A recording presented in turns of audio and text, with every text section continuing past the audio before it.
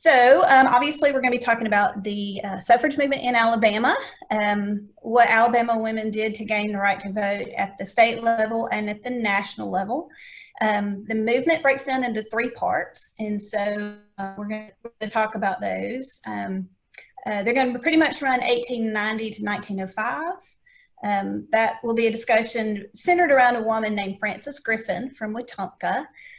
There is a wonderful woman, Adella Logan, who's going to be sort of a bridge in the movement from the early 1900s until 1912. And then from 1910 to 1920, we're going to discuss the movement in Alabama and a woman named Pattie Ruffner Jacobs. So we're going to center around those two women, but we're going to talk about the work that all women in the state were doing, and to find out whether or not they were successful. All right, so just to give you background, and this slide will actually help you answer the questions, the first question of the 5 questions that you have. So if you were a woman living in Alabama, and I will preface this by saying race is going to play a part in the suffrage movement, but regardless of race, just in this fact, just related to gender, if you were a woman living in Alabama, you had absolutely no rights whatsoever. So to give you an example of that, obviously, the first one listed, women could not bring suit in court, sorry, but they could be sued. So isn't that convenient? If you had children and your husband died, your children were considered wards of the state, and you had to petition the courts for your children. Now, that said, not come and taking your children from you, but they were considered orphaned. Okay, and so you did have to. You were a non-entity. Women were considered children. So the common saying was women, children, and the insane. Okay, those were the 3 groups of people who were just completely shut out of everything. And so women and children in a will, usually a wife got a child's share, so they just would break the estate up among the wife and the children. And so women just had no rights, even to their children. They also had no property rights. So women, if they did inherit property, whether it be actual real estate, money, or prior to the Civil War, enslaved people, those became the property of her husband when she married. And then they were his to do with as he wished. Eventually, right after the Civil War, several states did actually pass laws allowing women to keep the property they inherited. Now, on the surface, this sounds like a great achievement for women. Okay, so now they get to keep the property that was willed to them by their families. The problem with that was the only reason states did that was to keep women from becoming impoverished. Because a lot of times husbands would get a hold of wife's property and they would sell it without the wife's permission, and then perhaps use the money to pay off personal debt, to pay off gambling debts. A lot of women's property was outright gambled away. So they would, the husbands would gamble, the property as just part of a bet in a card game or something like that. And so the women and the children were living in poverty, were becoming impoverished because the husband was not handling money well and then was disposing of the woman's property by losing it through gambling. And so states said, well, when these women and children become impoverished, they become wards of the state, and we don't want to have to deal with that. So we're going to pass a law, and this was really the first law that gave women any sort of right, especially, even though it's just the right to property, but it was really the first thing that recognized women as an actual entity and not just women, children, and the insane.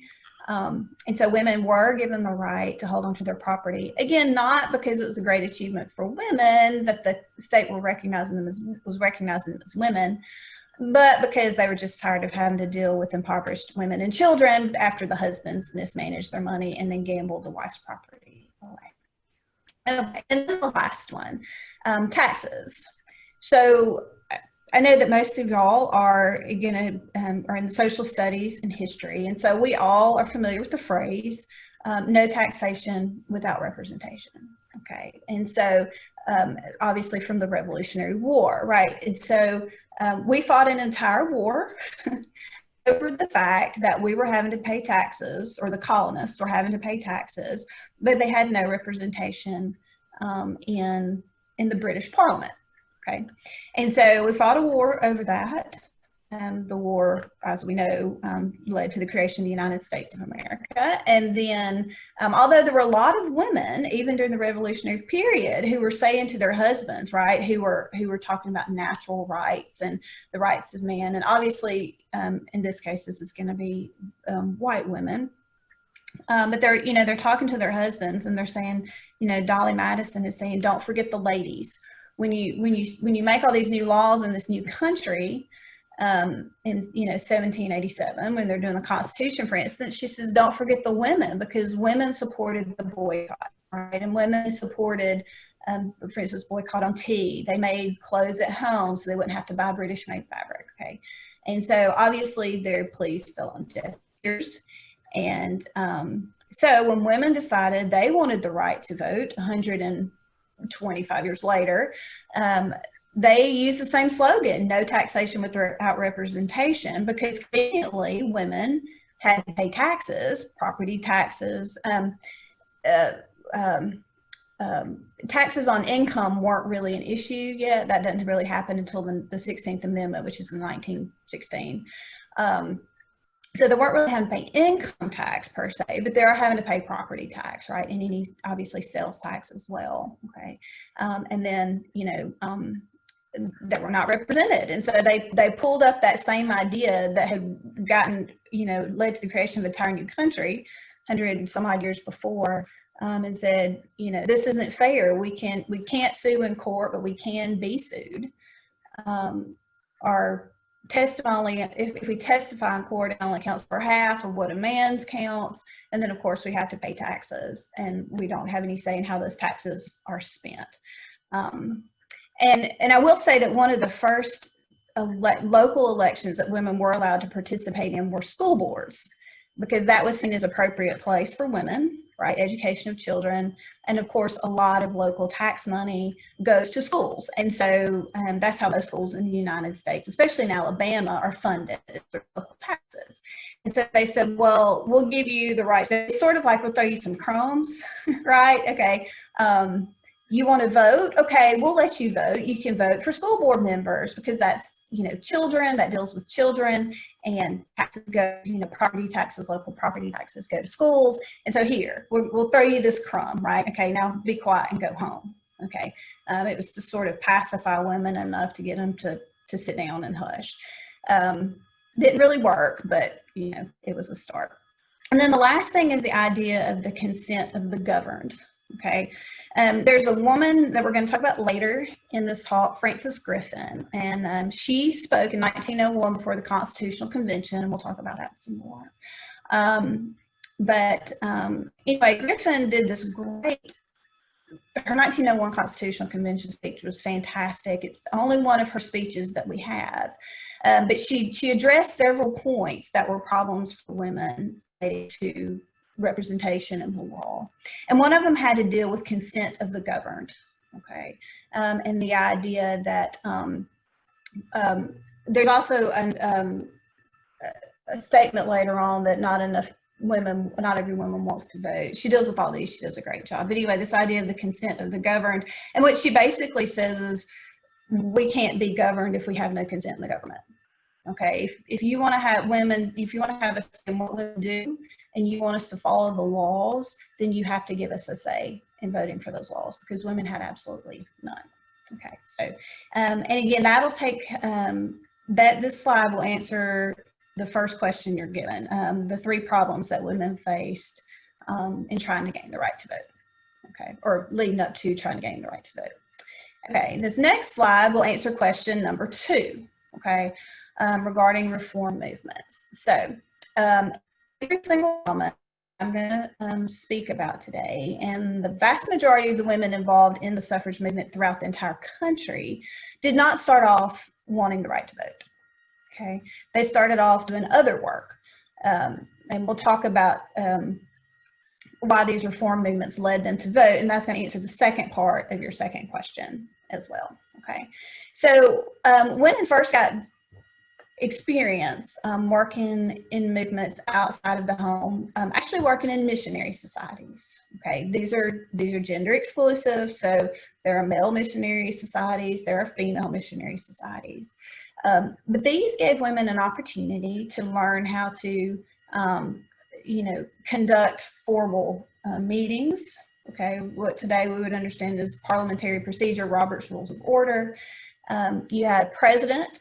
Okay, for a lot of these women, this is going to be their first leadership opportunity ever. Okay, you had a secretary, you had a treasurer. They're going to get experience raising money. Okay, so the missionary societies sort of give women a foray, give them a little taste of what it's like to do something productive outside their homes and to have some power. And this is power they would have never had anywhere else. There's no other experience like this for them. Okay. Next, we're going to talk about the Women's Christian Temperance Union. And I've mentioned Frances Griffin already. She's going to come up in the next slide. She gets involved in the suffrage movement through the Women's Christian Temperance Union. And of course, temperance, right? The whole point of temperance is to keep people from drinking alcohol. This is the first nationwide women's movement, formed in 1874. And the reason it's so important, alcohol was such a big deal. Of course, we all know it culminates right in the 18th Amendment, prohibiting the sale of alcohol throughout the country.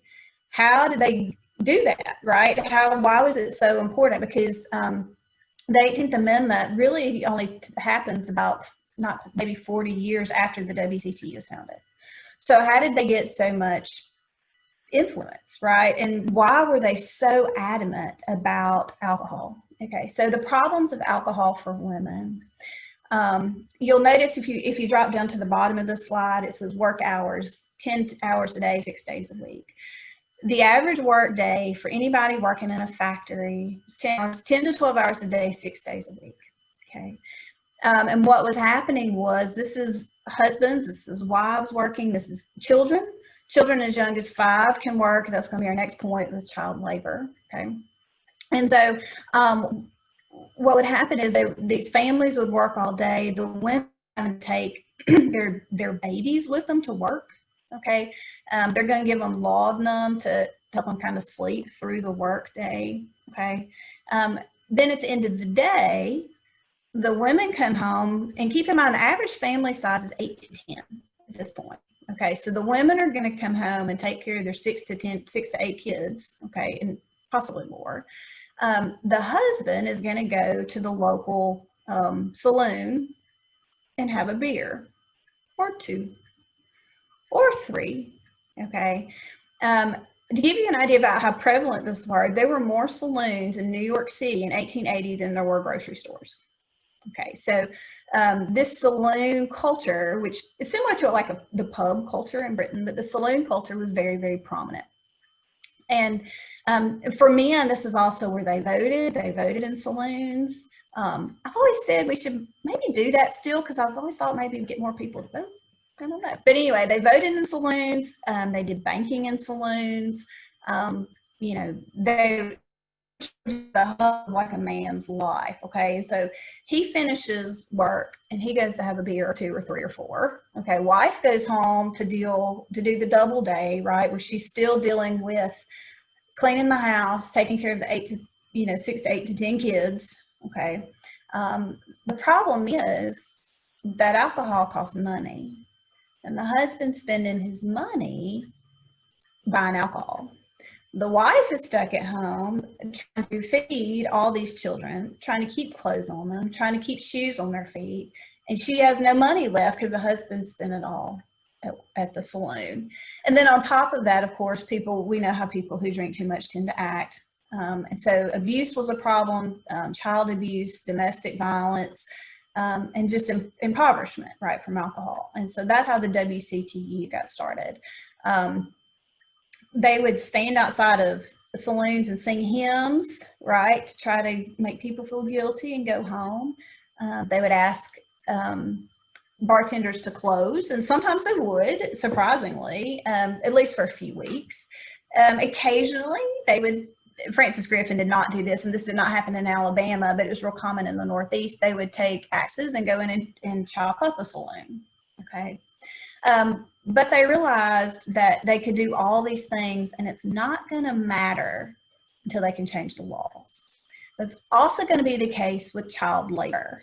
So if you're familiar with Jane Addams and Hull House in Chicago, she got to the suffrage movement, the national suffrage movement, through child labor. Pattie Ruffner Jacobs is our Alabama connection with that. She's going to get to the suffrage movement through child labor as well. And for her, it's going to be a little tricky because her husband owned a steel mill in Birmingham. Okay. And they're fighting against factory and mine conditions, point number 4. So again, remember I said you could start work at 5 years old. Textile mills loved children because they could get their tiny little fingers in there and they could fix equipment very easily. Every mill and every mine loved children because they could pay them less. You paid men the most, women next, and then children the least. Okay, so you could start at 5. If you start working at a cotton mill or in a coal mine at 5 years old, you are you're twice as likely to be dead by the age of 20 than your counterpart working on a farm.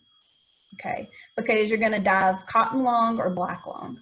Okay, and that is not a pleasant way, obviously, to die either. Okay, so Pattie Ruffner Jacobs starts working to raise the age of child labor from 5 to at least 10. Okay, fortunately, when the Great Depression hits, they actually raise it to about 12 or 13 because they don't need kids working; they need adults working, right, to make better wages for the family. Okay. So there's a silver lining to the Great Depression. But anyway, so she's working to make better mine conditions, increase the age of child labor at the same time that her husband owns a steel mill. So I'm sure they had some very interesting dinner conversations, probably. Okay. But anyway, they're going to start working for mine conditions. And again, those children are working 10 hours a day, 6 days a week. One day they're not going to work is Sunday.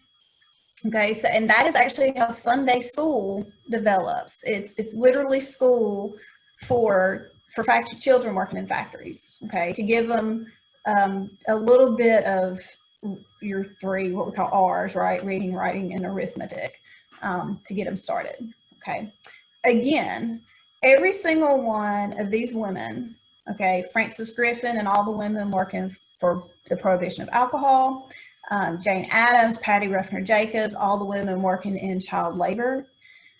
Every single one of these women ends up in the suffrage movement because they realize very early on, unless we can change the laws to prevent these circumstances from even being an issue, we're going to spend all our time doing cleanup work at the end. We're going to keep pushing that rock uphill. Okay.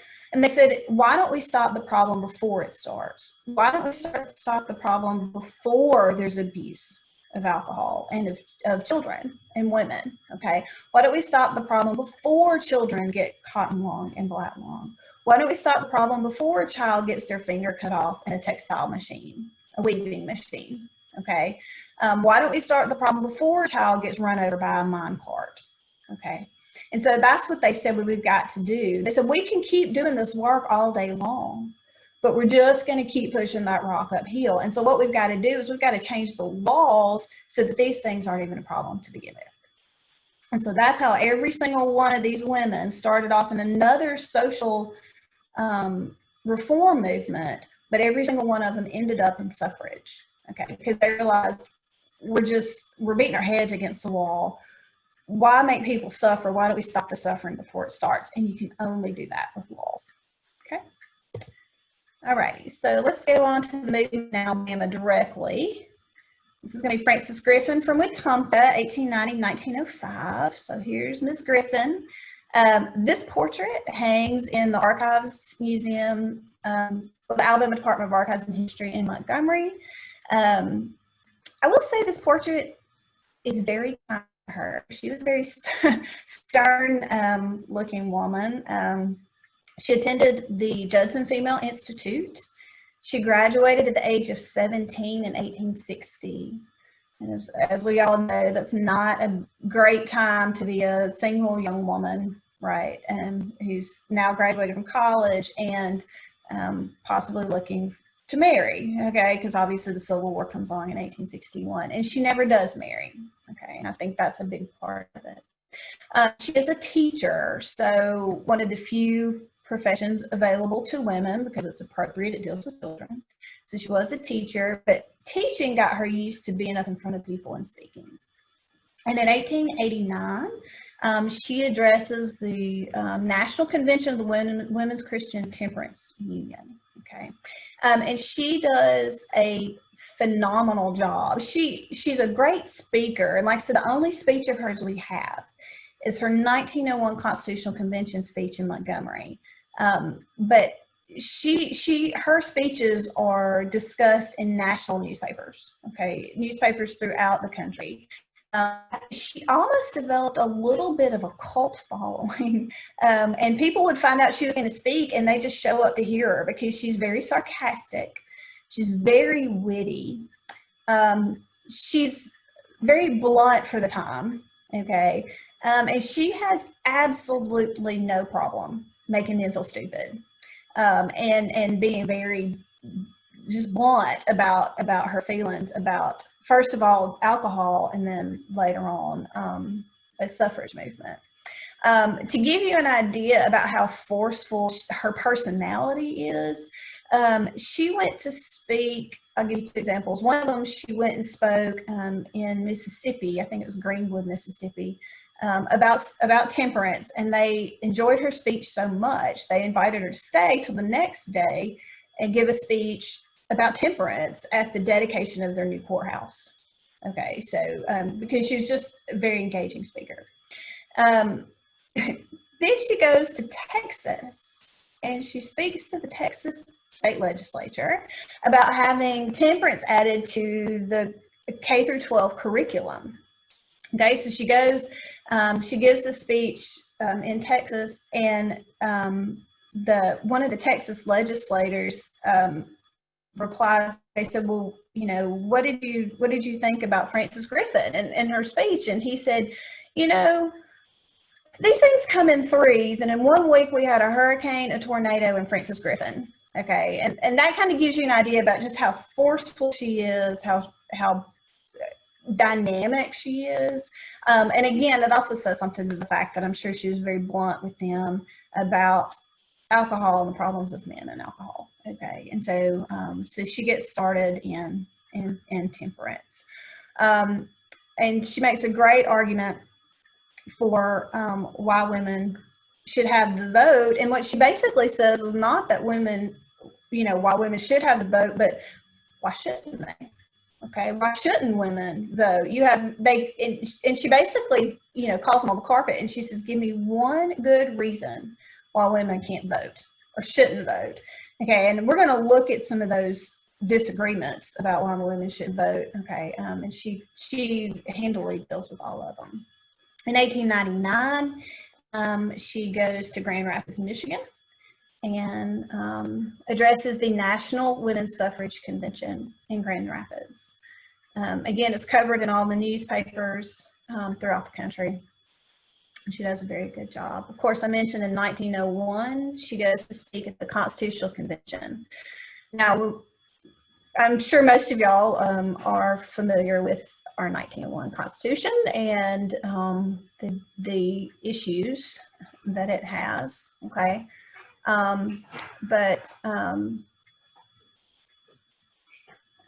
Anyway, she goes to speak. She's the only woman that does address the Constitutional Convention. She is the first woman in the history of the state of Alabama to address a legislative body in the state of Alabama when she goes to speak at the 1901 convention.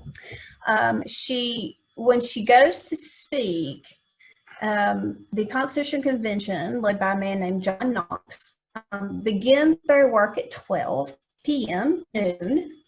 They adjourn for the day at 12:50 p.m. So they worked a sum total of 50 minutes that day. Must be nice, right? They worked a sum total of 50 minutes that day. Then they have to have a vote to suspend the rules to allow Frances Griffin to speak.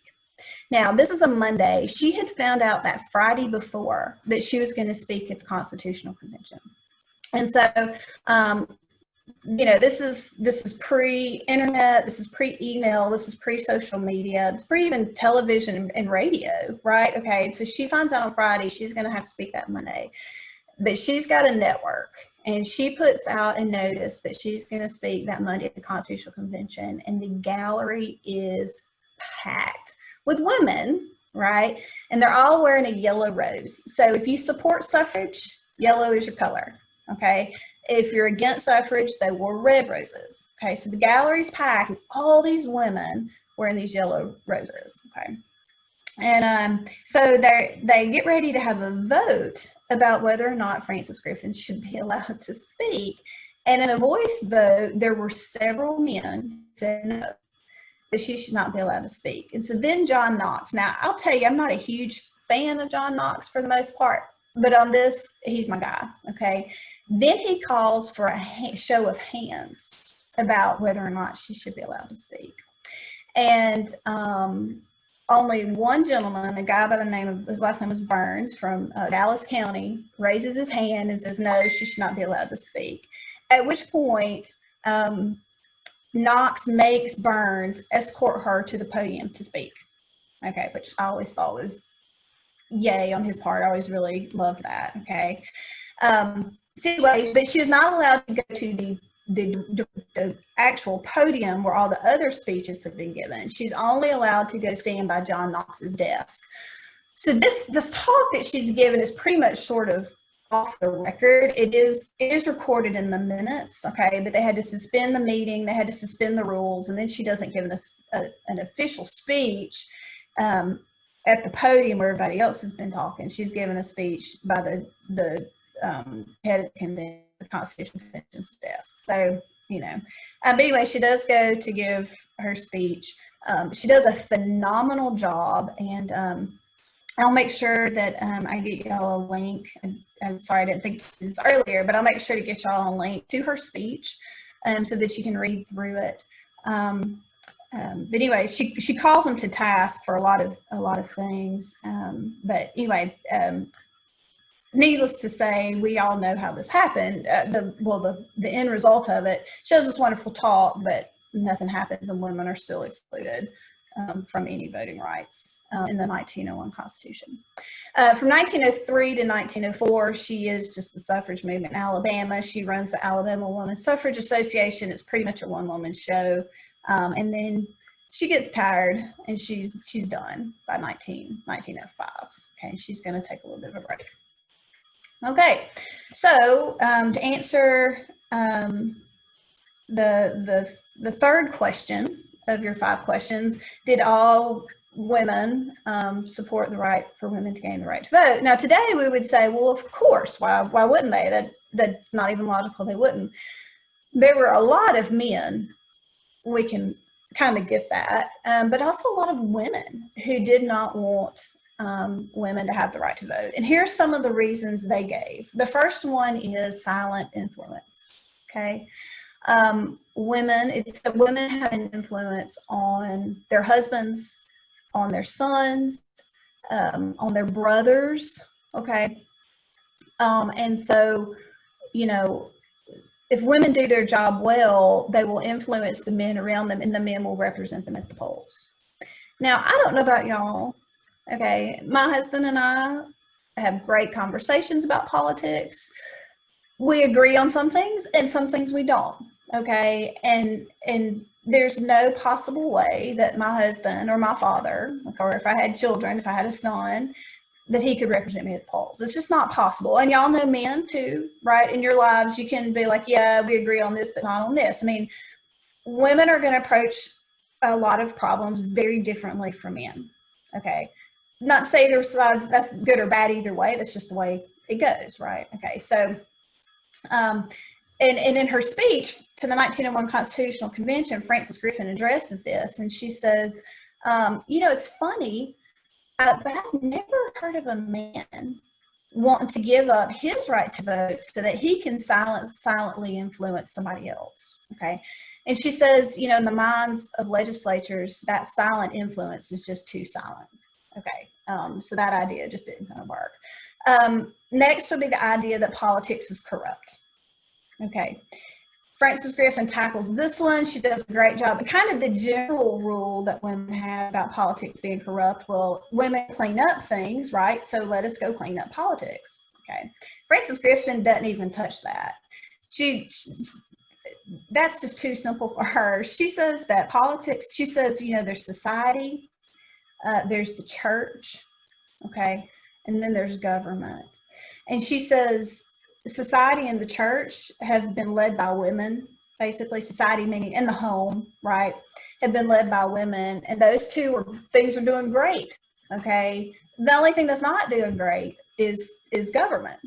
Okay, so why don't you let women get involved in that and basically fix everything you screwed up? Okay, and she says it in a slightly politer way, not much, but a little bit more polite way. But she says the things that women have been in charge of, they're doing great. The things that men have been in charge of, government, y'all screwed up. Why don't you let women participate and basically fix it?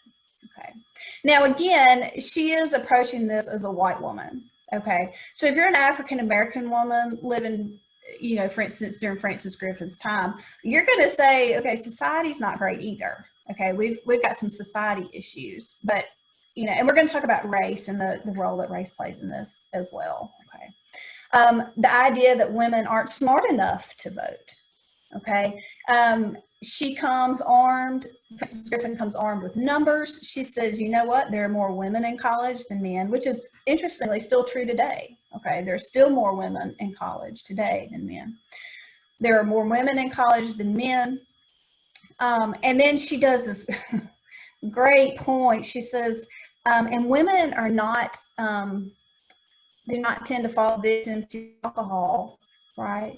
And do not tend to drink too much. And so they have managed to keep all their brain cells because they have not ruined their minds with drink, is what she says, which I thought was phenomenal on her part. So she goes back to her WCTU days, right? And she takes a stab at men through that. The idea that women cannot be soldiers, okay, and obviously this is not the case now, okay, but in 1901 it was, right? And so she says the idea that she's addressing all these points, the idea that women cannot be soldiers. She said, you know what? In the Civil War, the Department of Defense, the Army, did a survey about who was not eligible to fight in the Civil War among men, right? Okay, so who was not eligible to fight? Doctors, lawyers, businessmen, professors, teachers, okay? They physically could not go fight. Who could go fight? Men who worked on farms, men who worked in factories, okay? And so she said, lawyers and doctors and professionals and businessmen were not eligible to fight, okay? So why should those men have any say in making the laws? That's a big hit because, of course, who makes up that entire 1901 Constitutional Convention? Lawyers, doctors, professionals, and educators, right? Okay, male professors. So direct stab at them. I mean, she's just taking them point by point head on, okay? The next point, politics is a burden for women. She said, fixing society's ills would be a much smaller burden for women if we had a say in the laws. And she said, you know what? We'll take one for the team. We'll take the burden of the politics over having to deal with the burden of fixing what politics or what laws don't fix. Okay, alcohol consumption, abuse, poverty, starvation. Okay, so she said that didn't work. Okay. Then the next point, not every woman wants to vote. She said, not every man votes. Okay. Just because every man doesn't vote, does that mean that all men don't want to vote? No. Okay. And so she said that doesn't even hold water. And then the last point, that men can speak for women. It kind of goes back to silent influence, but this is how she ends her speech, and she calls out the 1901 Constitutional Convention for two things. One, for excluding women, but also, if you've studied it at all, you're very aware that one of the main points of the 1901 Constitutional Convention was to disfranchise any remaining African-American voters. Okay. And she says in that, she ends with this, she said, I'm single, never married. I live in a household with my sisters. Okay. They're widowed. I have nieces. She said, I have no brothers, I have no nephews, I have no sons, I have no husband, I have no father. The only male in my household is our gardener, okay, who's 22 years old. He's African American. He has a second grade education. He could vote, okay. She says, he can vote, I can't. Can he truly represent me? No, okay. And she says, and then on top of that, you're trying to disfranchise him. And that was really the main purpose of the 1901 Constitutional Convention. So she does a great job of calling them out on all these points. I do want to mention one little thing real quick about municipal taxes. So Benjamin Craig of Dallas County, Selma, I really ended up liking him out of all this because, bless his heart, he put forth amendment after amendment after amendment after amendment trying to get women some right to vote, and he's finally successful. In August of 1901, he finally is successful in getting women the right to vote in the 1901 Constitutional Convention on municipal taxes, right? No taxation without representation. And so he heard that, he went with it. He had actually put forth so many amendments trying to get women the right to vote that a gentleman's a nice word, but a guy from Calhoun County, which is Anniston, Oxford area, actually put forth an amendment in jest asking the gentleman from Dallas County to quit put forth amendments to give women voting rights. Okay, that's how much poor Mr. Craig tried. But he's successful. And so on August, I think it was the 13th, 1901, women finally in Alabama got the right to vote, and it was the right to vote on local taxes. The next day, women lost that right to vote. Okay, so they had a whole right to vote for one day, and then it got removed. I guess they thought about it and realized the error of their ways. Okay, all righty. So if you remember, I said Griffin's kind of done by 1905. Pattie Ruffner Jacobs isn't going to pick up till 1910. Adella Hunt Logan is working the entire time. She's a mulatto. She was born in Georgia, white father, African-American mother, 1863 during the Civil War. She moves to Tuskegee in 1883 to become their first librarian. She passes as a white woman and goes to the 1895 National American Women's Suffrage Association Convention in Atlanta. She starts the Tuskegee Women's Club, and obviously she's working for universal suffrage. And it's, to be honest, a lot of these white women, especially in the South, actually had said, if you give white women, the right to vote, it will it will basically counteract any remaining African-American votes. That's prior to 1901. After 1901 in Alabama, that doesn't really matter anymore. Okay, but that's what they were trying to do. So she says, I don't care your race, I just want everybody to be able to vote. Okay. And so she's going to keep working for that. And she forms the Tuskegee Women's Club as part of that. She writes articles for The Crisis, the journal of the NAACP. She writes Crisis for Woman's Journal and Colored American. She was supposed to go speak at a NALSA convention, I think around 1901 or so, maybe 1900 or 02. And she was accepted to speak because she'd been in 1895. They thought she was white. when Susan B. Anthony found out she wasn't white, she sent a very nasty letter, basically rescinding her invitation to speak. So Adella Hunt Logan is working, okay? Frances Griffin doesn't work. Pattie Ruffner Jacobs doesn't work. Adella Hunt Logan is working. She has 6 children. Remember, Frances Griffin has none. Pattie Ruffner Jacobs has 2, and they have house helpers, right? She has people help and watch her children, nurses and things. So Adella Hunt Logan is having to deal with a women's suffrage movement that for the most part doesn't want her because she's mixed race. She has 6 children, she's working, and she has a husband who is just consistently unfaithful to her. And actually in 1912 has her committed to a mental institution in Michigan. She finds out in 1915 that Booker T. Washington is ill, okay? And so she comes back, she checks herself out of the institution somehow. She gets on a train, she comes back. When she gets off the train, she's met with allegations that her husband has, again, been unfaithful, which she already knew. Booker T. Washington passes away. She goes to his funeral, and after his funeral on December 12th, 1915, she goes up to the 2nd story of the building at Tuskegee where she worked, and she jumped out the window and committed suicide. Because it was just too much, okay, to be a working woman with a lot of children, no support from your husband, and on top of that, of course, she has another layer of race and racism added to it as well. If you do want to read more about her, her granddaughter has written a book. Her granddaughter's Adele Logan Alexander has written Princess of the Hither Isles, a Black suffragist story from the Jim Crow South. And I think it came out in 2018, so it's a fairly recent book. Okay. Oh, and by the way, question number 4, what was one disagreement that women had? Race, obviously, and the place of Black women in the movement. Okay. And then we're going to kind of winding down here because I do want to leave time for questions. The second wave of the suffrage movement is Pattie Ruffner Jacobs. Okay. 1875, 1935.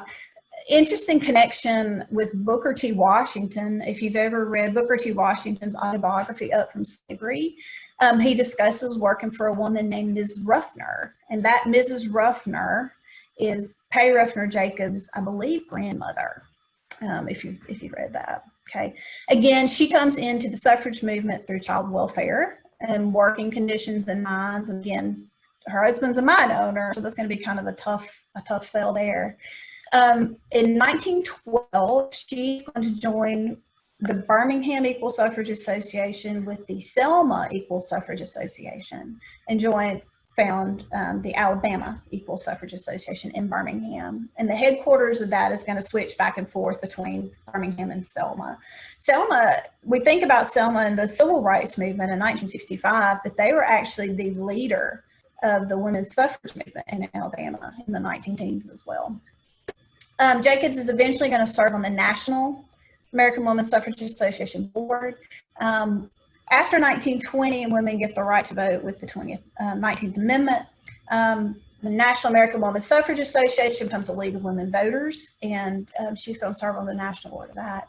She then goes on to serve on the Consumer Advisory Board and work with TVA in Alabama. She's appointed to those boards by Franklin Roosevelt. All righty, so just real quick, Alabama Equal Suffrage Association. The Selma Group was founded in what is today the Chamber of Commerce building in Selma. It was their public library. The Selma Group was founded by the same person who founded their public library. Again, they're coming from a child welfare background. Birmingham Equal Suffrage League, and of course joined with the Selma Group in October 9th, 1912 from the ASA. They published in newspaper columns, they set up chapters throughout the state, and God forbid, y'all, they traveled by themselves to do so, unchaperoned. They drove themselves. And it's funny to read what some other people had to say about them and the fact they were driving themselves places by themselves. Oh my God, okay. That was one of the biggest hurdles they had to overcome. They were speaking in public, which was a big no-no. And they were traveling unaccompanied and sometimes would actually drive themselves. So in 1915, women in Alabama decided that they wanted to try to get the state to give them the right to vote. Didn't work in 1901. Let's try again. Okay. So the women, several women of the Selma Equal Suffrage group were on a train going to Montgomery, and they ran into a representative of Dallas County named Joseph Green. It's actually the train conductor. And so they convinced him to put forth a bill in 1915 to give women the right to vote in Alabama. A big debate that they were having in the movement was states' rights versus a national amendment. Okay, do we want to go state by state, or do we want a national amendment? Now, NASA is working for national amendment because that's a one and done. Okay, Alabama said, hey, if we do this on the state level, the federal government stay out. Does that sound familiar? If you've ever studied the civil rights movement, right, it's the same thing. Let's try to fix it locally and get the state government, the federal government to leave us alone. So Joseph Green puts forth a bill to give Alabama women the right to vote in 1915. Okay, now here's the problem. The legislature is all what? Male. It can either be voted on by the legislature or sent to men, right? The men of the state who are all the male voters, right? They're all male, right? Okay, so women are completely dependent on men to give them the right to vote. So Green puts forth his bill and gets up and gives a speech against his bill. Okay, somebody got to him. Probably what they said was, if you put forth this suffrage bill to give women the right to vote, you're committing political suicide. And so the women of Alabama named him the Dallas County Acrobat, right? Because he flip-flopped on the issue. Now, at the time, the state legislature only met every 4 years, so they're going to have to wait till 1919. Well, by the time 1919 rolls around, it's time to debate the 19th Amendment, okay? So again, the 19th Amendment comes to Alabama. Alabama's going to be the first southern state. Okay, well, Alabama opened up the South for suffrage, okay, the solid South, because Northeast, no problem. 19th Amendment did great, is doing great in the Midwest. Wyoming had already done the right to 1872. Okay, Alabama's going to be the first state to look at it in June of 1919. And y'all can pretty much guess how that goes. Okay, Alabama does not ratify the 19th Amendment. Okay, they actually, Tennessee is going to become the 36th state to give women the right to vote. A guy named Harry Byrne, the youngest member of the Tennessee state legislature, comes down to a vote. It's a tie vote. He's the last one to vote.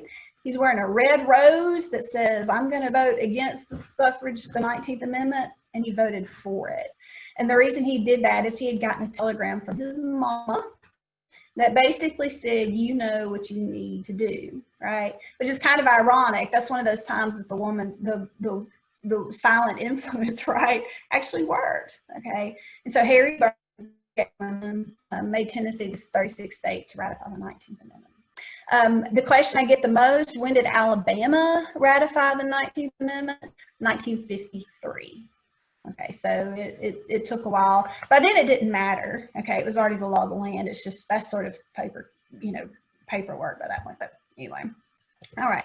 I'm going to end with Hattie Hooker Wilkins because I want to make sure we get some questions in.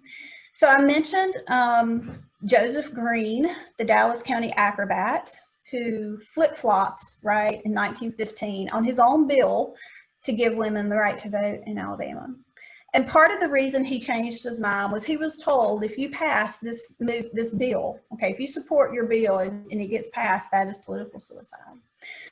So in 1922, the women of Alabama reveled in their newly won freedom to vote that they'd gotten in 1920 by electing Hattie Hooker Wilkins of Selma to the Alabama state legislature, making her the first woman in the state of Alabama elected to the state legislature. And in her bid to get elected to the state legislature in 1922, she defeated the Dallas County Acrobat, John Green. Okay, so that ends the discussion. And of course, that also answers question number 5 about your 3 main leaders in the movement: Francis Griffin, Adella Hunt Logan, Pattie Ruffner Jacobs, and then Hattie Hooker Wilkins was the House of Representatives member. And now I'll be glad to take questions.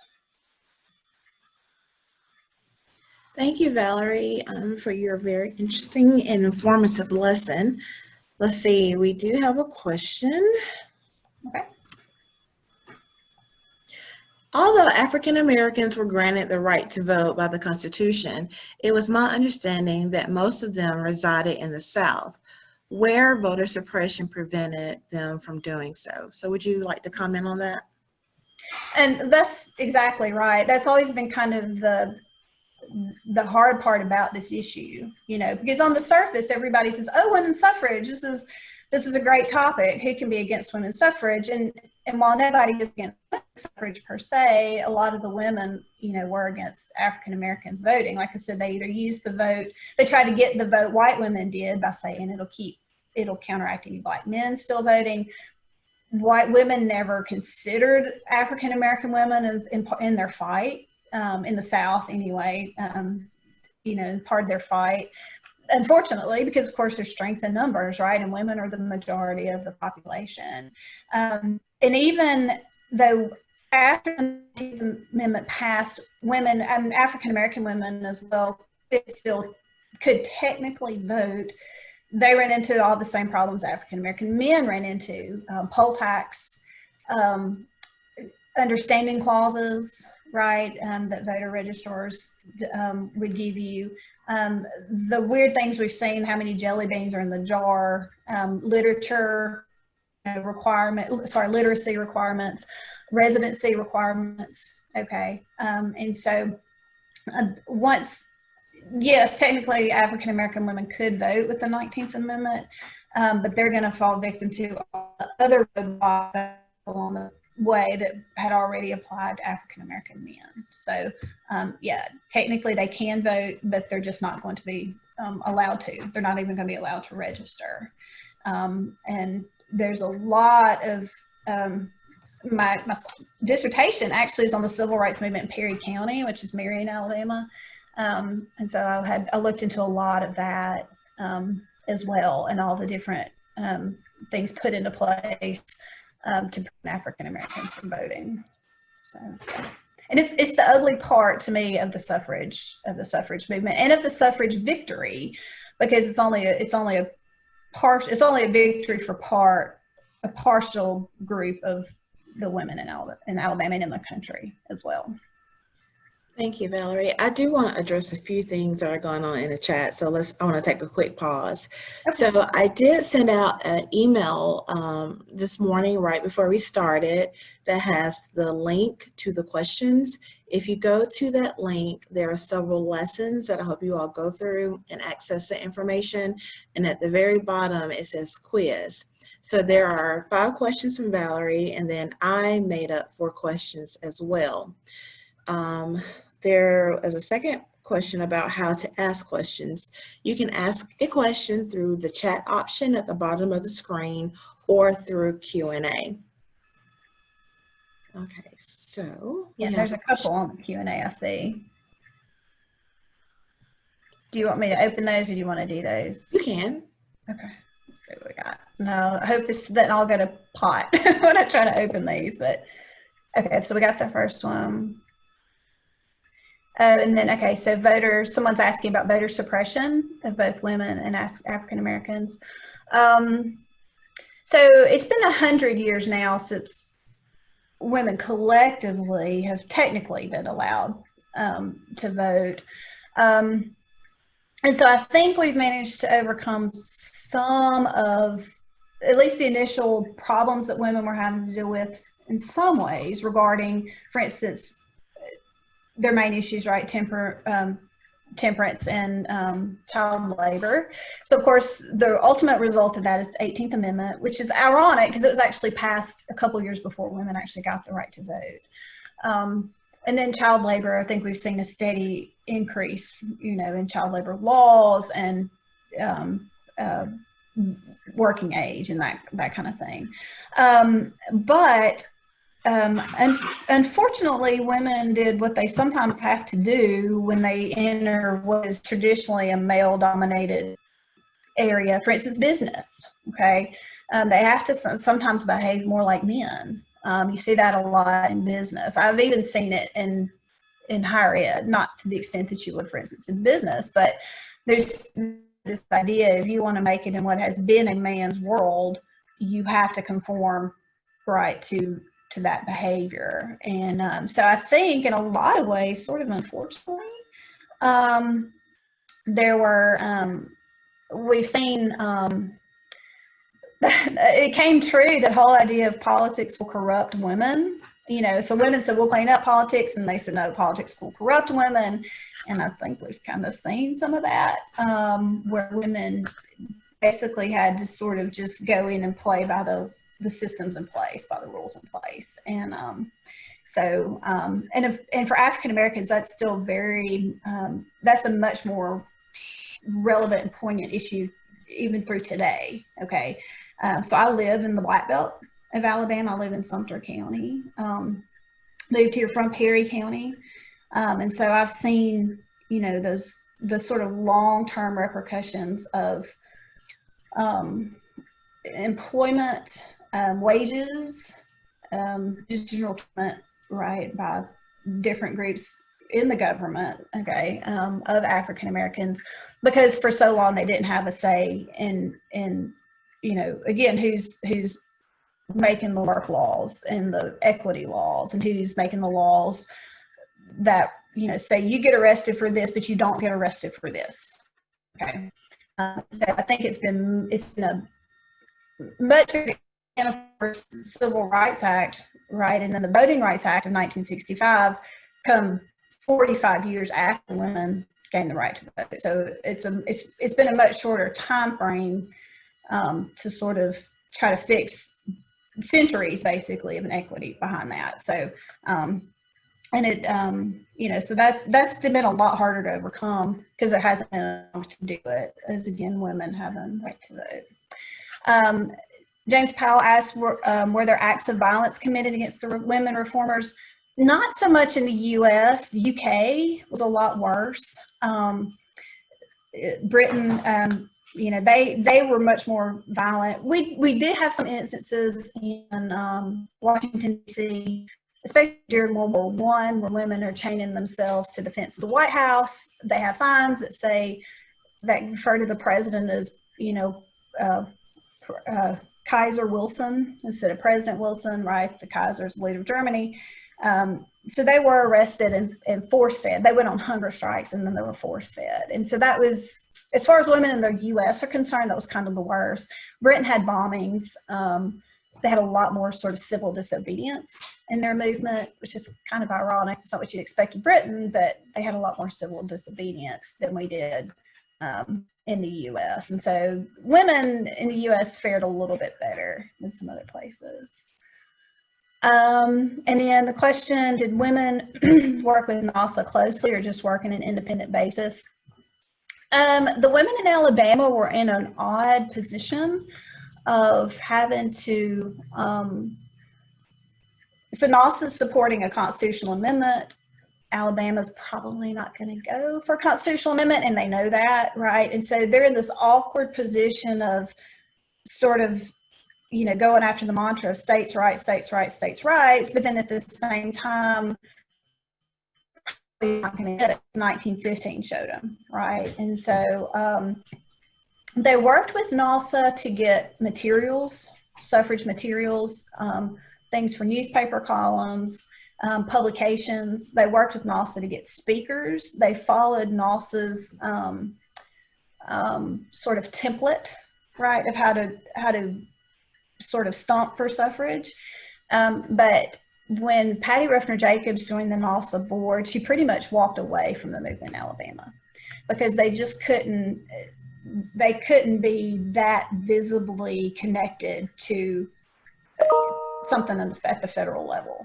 Okay. And so they sort of used NASA, but it was all behind the scenes. Okay. So they made it look like a state movement, a local movement. They just took advantage of basically what NASA had to offer. And then someone asked a question about, did anyone challenge Anthony on her racism towards Logan? No. Mm-mm. And I don't know that anybody in the movement especially knew of it. I never saw I never saw them address it in any minutes of any meetings. I never saw it addressed in any letters or diaries or journals or anything.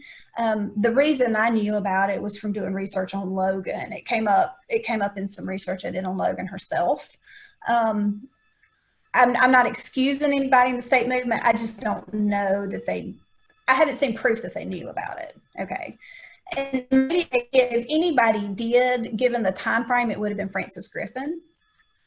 And she did not leave behind a whole lot of like diaries or journals or personal writings, really. Okay, everything we know about her comes from her speeches and the newspaper write-ups about her speeches. So, but looking at the time frame of when they called out Logan, that was when Griffin was really in charge of the movement, and I haven't seen anything that Griffin had that acknowledges that she was aware of what Anthony had done. Now, that said, she's going to these national meetings. Okay, I wouldn't be surprised that she knew. I just haven't seen anything definitely indicate that.